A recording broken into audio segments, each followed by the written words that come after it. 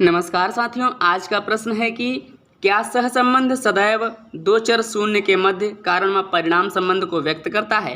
प्रश्न एक बार पुनः, क्या सहसंबंध सदैव दो चरों के शून्यों के मध्य में कारण व परिणाम संबंध को व्यक्त करता है।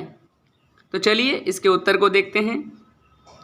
सहसंबंध तकनीक के संबंध में एक महत्वपूर्ण प्रश्न यह उठता है कि क्या सहसंबंध के संख्यात्मक माप के आधार पर दो समंक मालाओं के मध्य कारण और परिणाम के संबंध के बारे में एक उचित निष्कर्ष निकाला जा सकता है कि नहीं, है ना।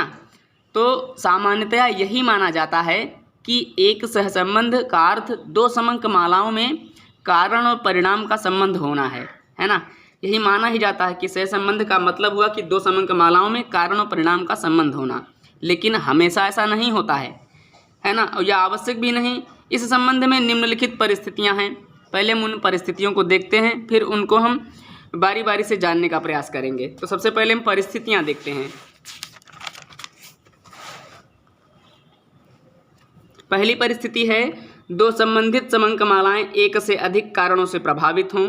दूसरी परिस्थिति है दो चर एक दूसरे पर इस प्रकार प्रभाव डाल रहे हों जिससे यह कहना कठिन हो जाए कि कारण और परिणाम कौन सा है ना।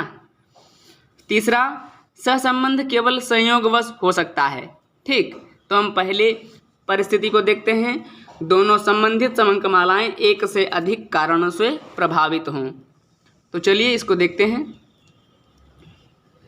पहली परिस्थिति, यह हो सकता है कि दो संबंधित समंक मालाएं एक से अधिक कारणों से प्रभावित हों, एक ही दिशा में या विपरीत दिशा में प्रभावित हों, और जिनके फलस्वरूप सहसंबंध गुणांक काफ़ी उच्च स्तर का हो। इसे एक उदाहरण के द्वारा समझने का प्रयास करते हैं। मान लो उत्तर प्रदेश में गत वर्षों यानी पिछले वर्षों से गेहूं और चावल का उत्पादन निरंतर बढ़ रहा है। इसका अर्थ यह नहीं कि गेहूं और चावल के मध्य कारण और परिणाम का संबंध है, ठीक, वरन फिर भी यह हो सकता है कि दोनों के उत्पादनों में वृद्धि के पीछे अन्य कारण हों, जैसे अच्छी वर्षा, उपजाऊ बीजों में वृद्धि इत्यादि विद्यमान हों, है ना। ये पहली परिस्थिति हो गई। अब दूसरी परिस्थिति की बात करते हैं, यानी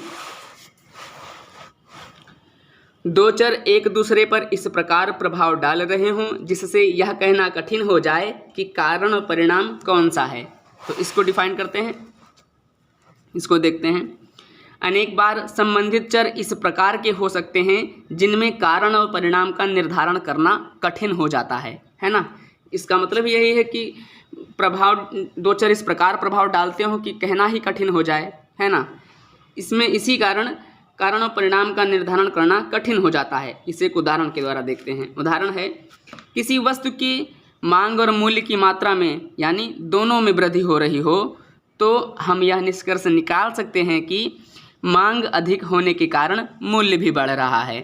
जाहिर सी बात है, जिस चीज़ की ज़्यादा मांग होगी उसका मूल्य ज़रूर बढ़ जाएगा, है ना। अब तीसरी परिस्थिति है, सहसंबंध केवल संयोगवश हो सकता है। इसको देखते हैं। अनेक बार ऐसा भी हो सकता है कि दो चरों के मध्य कारण और परिणाम का कोई संबंध ना हो, है ना, लेकिन गणितीय माप में सहसंबंध गुणांक उच्च स्तर का प्राप्त हो जाए। कोई परिणाम मतलब कोई उन दोनों चरों के मध्य में, है ना, कोई भी कारण और परिणाम का संबंध नहीं है, फिर भी गणितीय माप में सहसंबंध गुणांक जो है उच्च स्तर का प्राप्त हो जाए। उदाहरण के द्वारा देखते हैं। माना कि देश में दूध का उत्पादन और साइकिल के उत्पादन के मध्य सहसंबंध गुणांक मतलब 0.9 ज़्यादा आ जाए, तो इसका अर्थ यह नहीं कि इन दोनों के मध्य कारण और परिणाम का संबंध है। ऐसे संबंध को निरर्थक सहसंबंध कहते हैं, ठीक है, क्योंकि ये दो चर के मध्य कोई कारण परिणाम का संबंध बैठ ही नहीं रहा है, कोई तुक ही नहीं हो रहा है, इसलिए इसके संबंध को निरर्थक सहसंबंध कहते हैं, ठीक है। आज के लिए इतना ही, धन्यवाद।